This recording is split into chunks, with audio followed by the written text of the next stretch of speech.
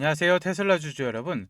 일론 머스크는 최근 테슬라가 사업 초기 단계에 겪었던 처절한 생존 비하를 공개하면서 왜 테슬라가 수직 계열화에 집착하게 되었는지 설명을 했습니다. 당시 세계 최고의 부품 공급사들은 신생 스타트업이었던 테슬라를 전혀 신뢰하지 않았습니다.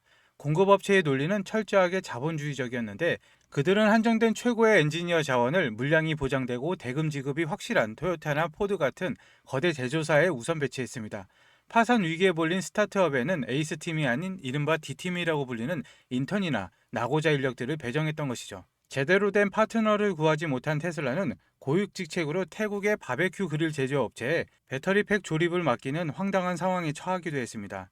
일본에서 셀을 가져와서 태국에서 조립하고 영국으로 보내는 이 기형적인 공급망은 피드백 루프를 완전히 파괴해버렸습니다. 부품 결함을 발견하는 데만 5개월이 걸렸고, 그동안 테슬라는 망가진 재고를 계속 쌓아가면서 자본을 낭비했습니다. 일론 머스크는 여기에서 엔지니어와 생산 현장이 멀어지면 혁신은 불가능하다는 뼈아픈 교훈을 얻었습니다. 이 D팀의 수모는 결국 테슬라가 부품 하나부터 칩, 소프트웨어까지 모든 것을 직접 만드는 수직 계열화의 시발점이 되었으며, 오늘날 테슬라를 누구도 흉내낼 수 없는 기술적 요새로 만들었습니다. 그리고 테슬라의 자율주행 기술인 FSD가 북미를 넘어 유럽 대륙으로 본격적인 확장을 시도하고 있습니다. 최근 테슬라는 스웨덴의 도시 옌세핑에서 FSD 시범 운행을 위한 승인 신청서를 제출했습니다. 이번 계획이 현지 당국의 승인을 받게 되면 테슬라 소유의 테스트 차량들이 스웨덴의 복잡한 도심 환경 내에서 자율주행 소프트웨어를 가동하며 데이터를 수집하게 됩니다. 단순히 기술을 시연하는 것이 아니라 훈련된 안전운전자의 상시 감시와 원격 모니터링 시스템을 갖춘 상태에서 실제 도로의 변수들을 학습하는 과정이 포함이 됩니다. 이것은 유럽의 엄격한 자율주행 규제 환경 속에서 테슬라가 단계적으로 자율주행 서비스를 확장하려는 전략의 일환입니다. 옌셰핑에서 테스트의 성공 여부는 향후 유럽 전체로의 FSD 서비스를 확대하는 데 있어서 중요한 이정표가 될 것이며, 테슬라의 AI 알고리즘이 북미와는 다른 유럽 특유의 도로 구조와 교통 문화를 얼마나 빠르게 학습할 수 있는지를 증명하는 시험대가 될 전망입니다. 대한민국 정치권에서도 테슬라의 자율주행 기술을 국가 인프라에 접목하려는 파격적인 움직임을 포착했습니다.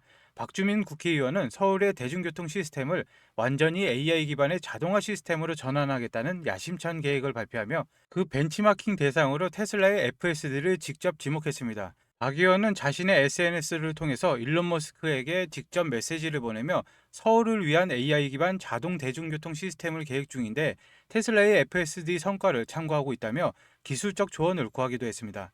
이것은 테슬라의 기술이 단순한 개인용 이동수단을 넘어서 거대 도시의 고질적인 교통 문제를 해결할 수 있는 공공 인프라의 핵심 솔루션으로 인정받고 있음을 보여줍니다. 만약 서울과 같은 메트로폴리스에서 테슬라의 자율주행 메커니즘이 대중교통에 이식된다면 이것은 전 세계 도시공학의 패러다임을 바꾸는 혁명적인 사례가 될 것입니다.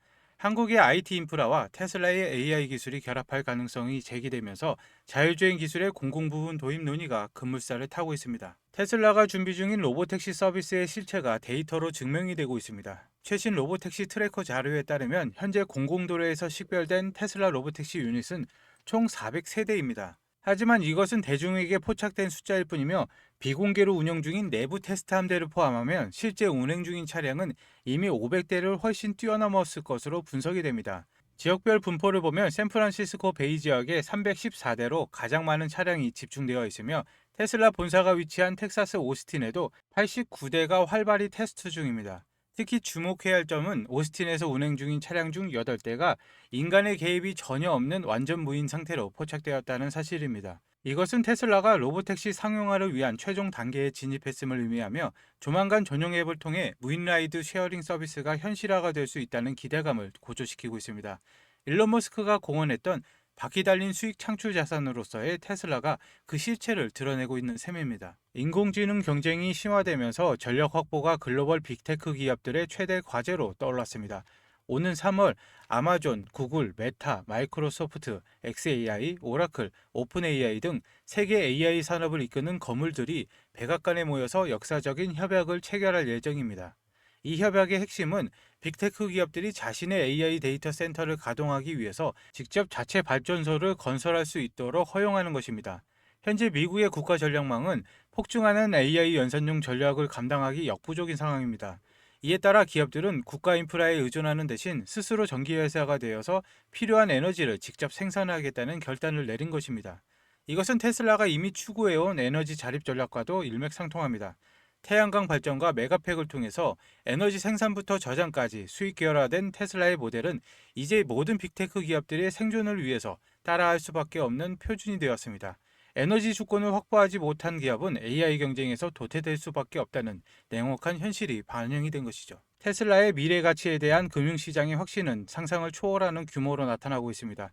최근 옵션 시장에서는 테슬라의 주가가 무려 990달러까지 상승할 것이라는 예측에 1140만 달러, 하나로 약 150억이라는 거액이 한꺼번에 베팅한 사례가 포착이 되었습니다.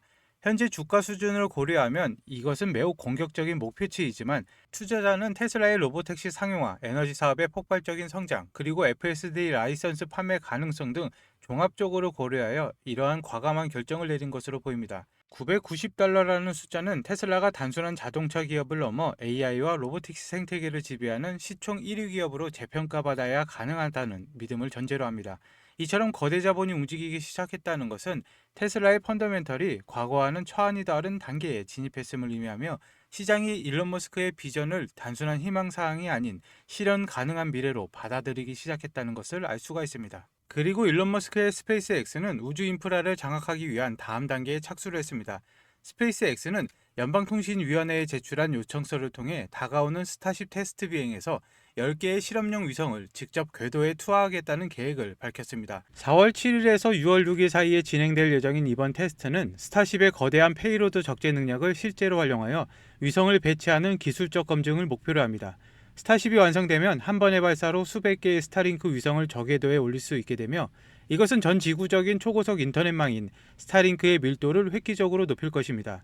이 우주통신망은 지상에서 달리는 테슬라 차량과 로봇들의 끊김없는 데이터 통신을 지원하는 혈관 역할을 하게 되는데 결국 스페이스X의 발사 기술은 테슬라의 자율주행 AI를 지구 어디에서나 구동 가능하게 만드는 핵심 하이스택이 되는 것입니다.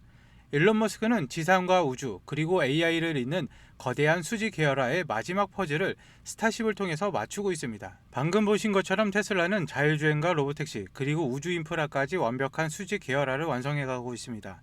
하지만 여기에서 우리가 간과해서는 안 될 치명적인 문제가 하나가 있는데 테슬라의 이 화려한 AI 제국이 멈추지 않고 돌아가기 위해서는 무한한 에너지가 뒷받침되어야 한다는 사실입니다. 여러분 혹시 4년 전 테슬라 마스터 플랜 3가 발표되었을 때 기억하십니까?